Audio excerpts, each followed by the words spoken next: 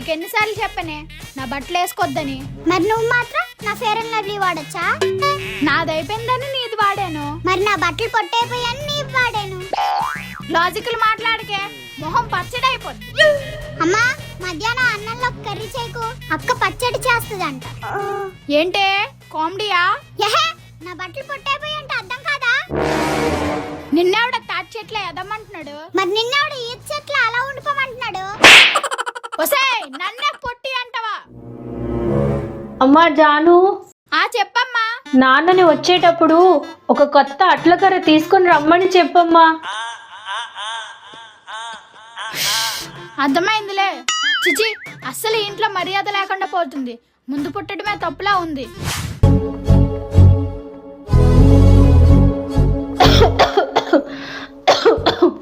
ఏంటమ్మా అలా ఉన్నావు? కొంచెం జ్వరంగా ఉందే జాను. ఏ పని చెయ్యాలనిపించట్లేదు. వంట చేయాలి, గిన్నెలు తోమాలి, పనులన్నీ అలానే ఉండిపోయాయి. పర్లేదులే అమ్మా, నేనున్నాగా, నేను చూసుకుంటా. నువ్వు రెస్ట్ తీసుకో. నేను కూడా అన్నా అమ్మా. ఏటే, ఇంటి పనులంటే ఇన్స్టా రీల్ చూసినంత ఈజీ అనుకుంటున్నావా? అమ్మకు జ్వరం వచ్చింది, నాన్న ఇంట్లో లేడు, పనులు చేసేద్దాం, మంచి పేరు కొట్టేద్దాం అనుకోబాకే. ఇక్కడ చెల్లుంది, అడ్డంగా నిలబడిపోద్ది. చూద్దాం ఎవరు నిలబడతారో ఎవరు పడిపోతారో. ఒసే, ఇద్దరు గొడవలు వేసుకోకుండా కలిసి పని చేయండి. అలా చేస్తే పనులు త్వరగా అయిపోతాయి. అమ్మా, అవసరమైతే ఇంట్లో నుంచి వెళ్ళిపోతాను గాని దీంతో మాత్రం కలవను. సరే అమ్మా, నాన్నని వచ్చేటప్పుడు ఒక కొత్త అట్లకర్ర తీసుకుని రమ్మని చెప్పమ్మా.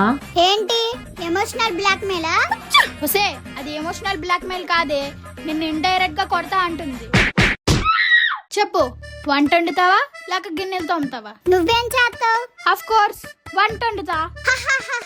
అలా అయితే నేను వంట వండుతా, నువ్వు వెళ్ళి గిన్నెలు తోము. తెలిసే, కావాలనే చెప్పాను. ఏంటి చూస్తున్నావు? వెళ్ళు. పాపం, దీని బుర్ర మోకాల్లో ఉన్నట్టుంది.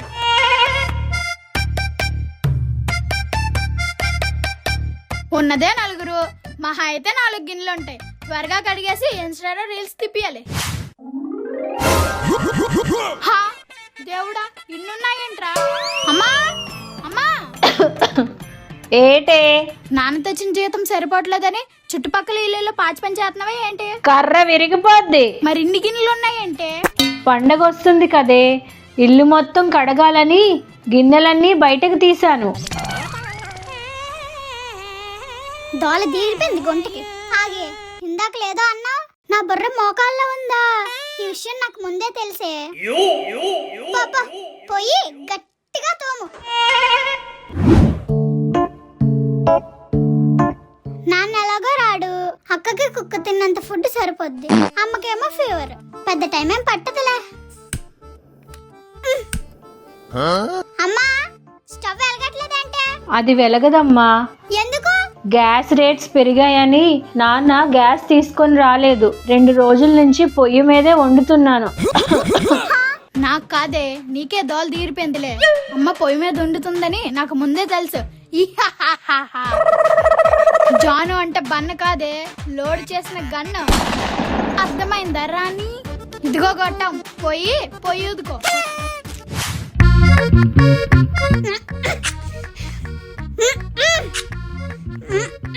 ఏహే, పక్కకి లేగు, పుల్లలన్నీ వేస్ట్ చేస్తున్నావు. నిన్న నేను ఒక పుల్లతోనే వెలిగించాను. సరే, నువ్వే వెలిగించి చూద్దాం. ఇటువ.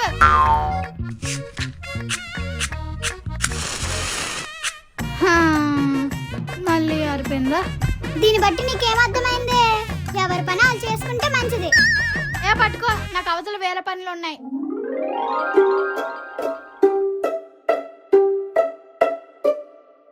హే, ఈరోజు ఫ్రైడే, బెడ్ నాది, నువ్వు మూసుకొని కింద పడుకో. అదేంటే, మొన్న నీకు ఫీవర్ వచ్చినప్పుడు 2 days కంటిన్యూస్ గా పడుకున్నావు కదా. So what? ఏటే వాటు గీటు, బెడ్ నాది. నిద్ర వస్తుందా జాను? నువ్వు వెళ్ళు. అయితే వెళ్ళి కింద పడుకో. నేను పడుకోనే.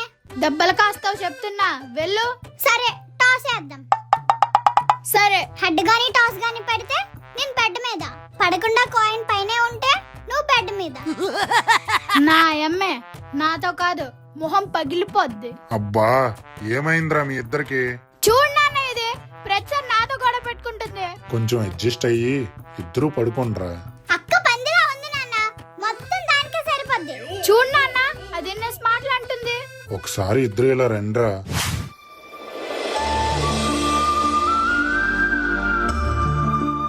నీకెందుకురా అక్కంటే అంత కోపం? ఎప్పుడూ నన్ను ఏడిపిస్తూనే ఉంటది నాన్న.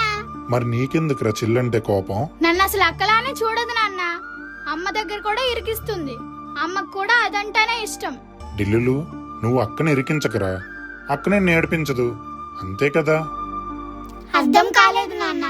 రే, నువ్వు వెళ్ళి ఆ జట్ కోయిల్ తీసుకొనిరా. వేస్ట్ నాన్న, ఆ కాయిల్ ఇంట్లోనే వెలగదు, ఇంక బయట ఏం వెలుగుతుంది చెప్పండి? అసలే బయట ఇంత గాలేస్తుంది. సరే సరే, ముందు నువ్వు వెళ్ళి తీసుకొనిరా అమ్మా. ఢిల్లులు, నువ్వు వెలిగించు.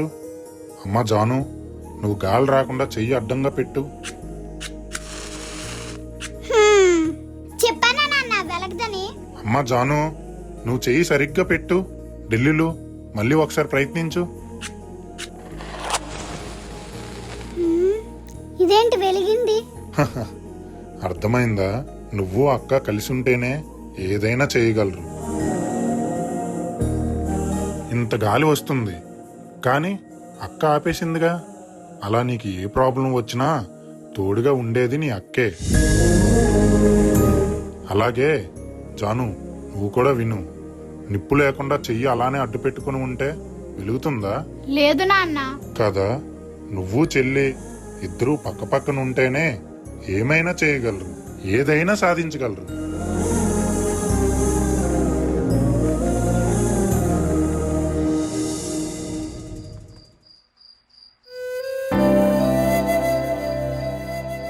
అక్క, హా? ఏంటి నన్నేనా? నిజంగా నువ్వేనా? అక్క నువ్వు బెడ్ మీద పడుకో, నేను కింద పడుకుంటా. అక్కర్లేదు, పెద్దదాన్ని చెప్తున్నాగా, నువ్వు పైనే పడుకో. పెద్దదానివైతే నీ మాట వినాలా? నువ్వే పడుకో. ఏంటే? ఏంటే? వీళ్ళు మారరు.